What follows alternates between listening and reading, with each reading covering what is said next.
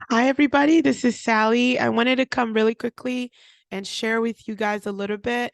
Interviews are rolling in, and I know you guys are preparing to just go in and kill it. I love it. I love all of what I'm seeing so far. So, the clinical challenge is this one little component of your interview where the program is interested in really understanding your thought process and how you face a challenge that's directly related to patient care. And so here they care about how you think and how you process information, but also like your verbal communication skills and how you articulate your plan is going to be a huge component of how you go through this and you finish feeling like, yes, I think I nailed it. I think I accomplished it. So when you first get your case, one of the first things I think you should do, really look for objective data that supports your acute problem or that supports the past medical history. They're going to tell you that the patient has a gang of past medical histories of a whole bunch of different things, but understanding how separate or different objective data can be used or leveraged to support or even rule out the ability of or that a patient does or does not have a particular past medical history is going to be incredibly important. So imagine having to make a decision about initiating therapy for heart failure without knowing what echocardiogram, having an echocardiogram and being able to quantify a patient's ejection fraction. Like it doesn't work. So make sure that you know objective data that's used to confirm exactly if a patient does, in fact, or does not have a particular past medical history.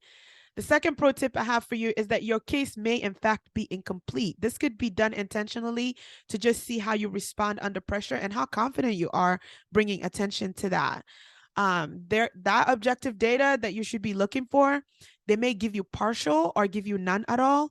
So don't be afraid to kind of question that. If you feel like you're missing pieces of your case to help you make a decision, don't be scared to talk about that or bring that up.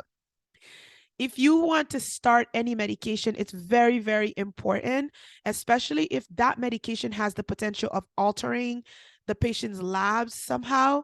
It's incredibly important that you have baseline labs that you can measure.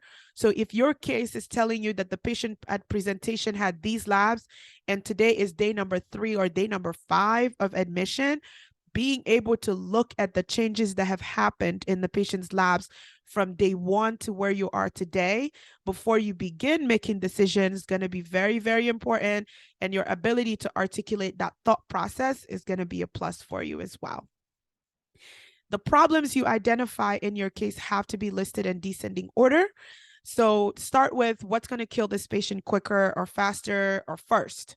That's going to be your problem with the highest acuity. So go from the top down and then work your way up down to the chronic diseases all the way to the problems that just are going to need non-pharmacologic management. But pretty much, if you do these 3 things, I'm pretty positive that you will not just impress them, but you have an opportunity to kind of low key flex as well. I'm rooting for you always. So good luck.